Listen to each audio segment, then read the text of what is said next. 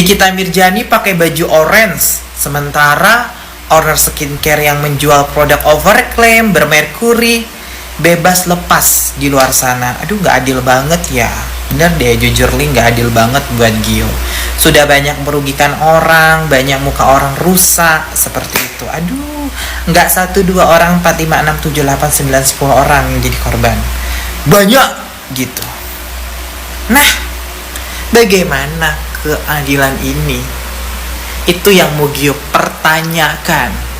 Harus adil dong, jangan tebang pilih. Kalau tebang pilih susah.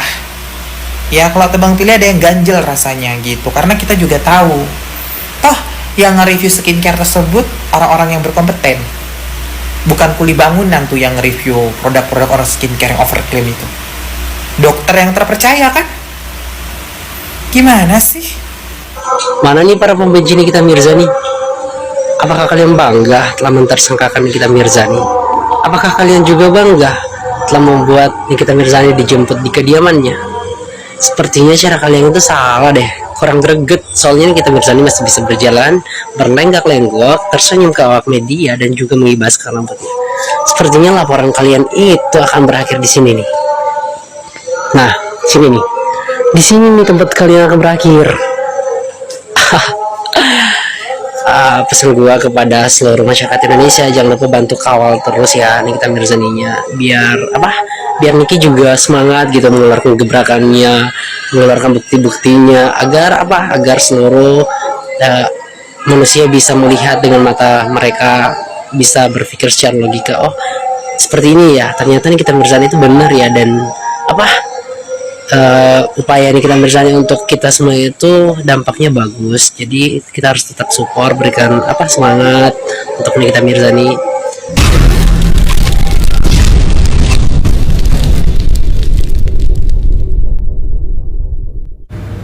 Chat NM dan korban lainnya udah beredar. Serem oi 15M. Ayo kak, jangan bela pemerasan. Oke. Ya, gue udah tahu tentang hal itu ya. Itu satu. Dan kedua, dari live-live gue yang kemarin, bahkan sebelum Nikita ditahan,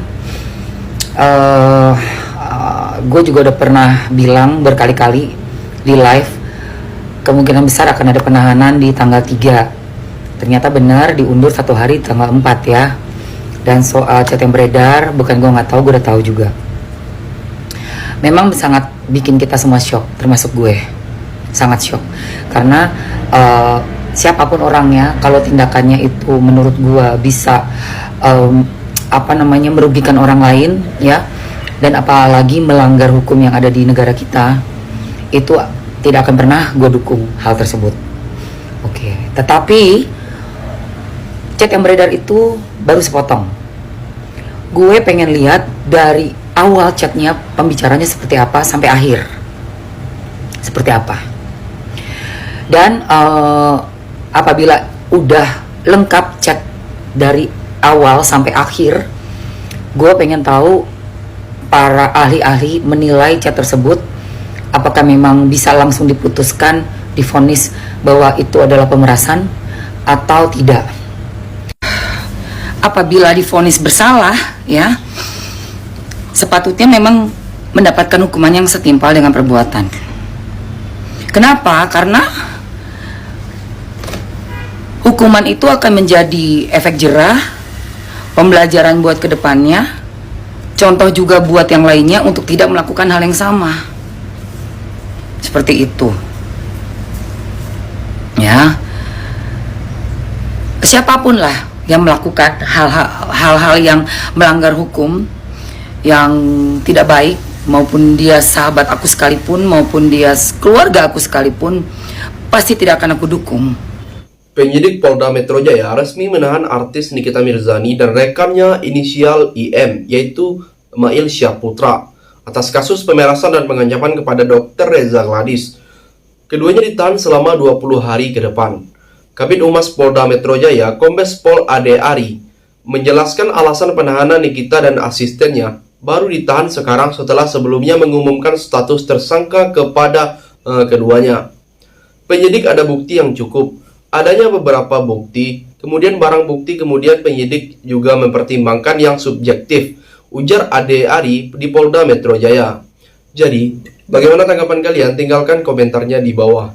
Sempat 2 kali mangkir panggilan. Artis Nikita Mirzani akhirnya ditahan oleh...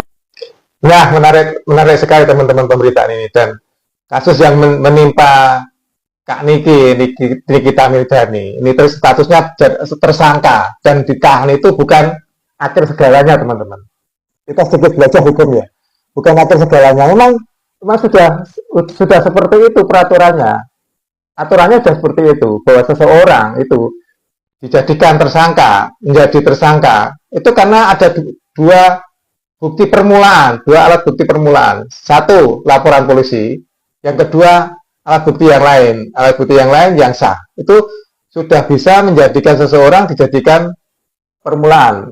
Dan itu bisa juga dijadikan penahanan. Jadi bisa ditahan. Itu karena dengan tujuan itu untuk penyidikan lebih lanjut. Nah, itu status dari tersangka kemudian ditahan itu sudah ada di peraturan Kapolri dan sudah ada di KUHP. Jadi ini tidak usah melebar kemana-mana. Itu sudah memang begitu peraturannya, dan itu bukan akhir segalanya. Jadi setelah dilakukan penyidikan oleh penyidik, itu statusnya nanti akan berubah menjadi terdakwa. Terdakwa itu akan dibuktikan di pengadilan. Itu terbukti atau tidak? Tuh. Atau sebelum bisa juga tidak menjadi statusnya tidak menjadi dari tersangka menjadi terdakwa, tapi status tersangkanya hilang atau berhenti karena ada penghentian penyidikan, dan itu ada di peraturan Kapolri juga, teman-teman. Jadi ini peraturan Kapolri ini penghentian penyidikan itu dilakukan karena atas dasar apa? Karena tidak terdapat bukti yang cukup. Bukti yang cukup itu bukti yang cukup untuk dinaikkan ke statusnya menjadi terdakwa. Itu langsung berhenti statusnya. Jadi status tersangka jadi statusnya hilang, statusnya berhenti. Yang kedua, Ade juga menyebut beberapa barang bukti yang disita oleh penyidik terjadinya pemerasan dan pengancaman itu diantaranya ada 9 dokumen dan surat. Lalu barang bukti digital flash disk dan juga handphone. Dan juga berbuka ekstraksi barang digital dan juga dilakukan pengambilan keterangan 5 ahli, ucap Ade Ari. Mantan Kapolres Metro Jakarta Selatan itu juga menyebut hingga saat ini total ada 16 orang saksi yang telah dimintai keterangan dan keseluruhannya yang mengarah adanya tindak pidana yang dilakukan ibu dari Laura Mirzani itu. Jadi, bagaimana pendapat kalian? Silahkan tulis komentarnya di bawah. Beberapa pihak dibuat bahagia dengan baju oranye yang kini dikenakan oleh Nikita Mirzani. Ternyata gawat kali ya guys ya. Salah satunya ada sahabat Nikita Mirzani, musuh dalam selimut, nggak sangka ya kan. Terus berarti itu keempat perempuan itu yang kuntilanak itu rupanya sirik sama Nikita Mirzani ya kan. Nampak kali kan siriknya. Ibaratnya lihat Nikita Mirzani itu sukses gitu kan, orangnya mulutnya lantam tapi kok selalu menang gitu ya kan. Jadi orang itu iri gitu, padahal sahabat sendiri sanggup ya menjatuhkan. Ini bisa dibilang kayak macam persaingan lah, nggak jauh-jauh lah. Yang keempat itu semuanya jualan ya kan.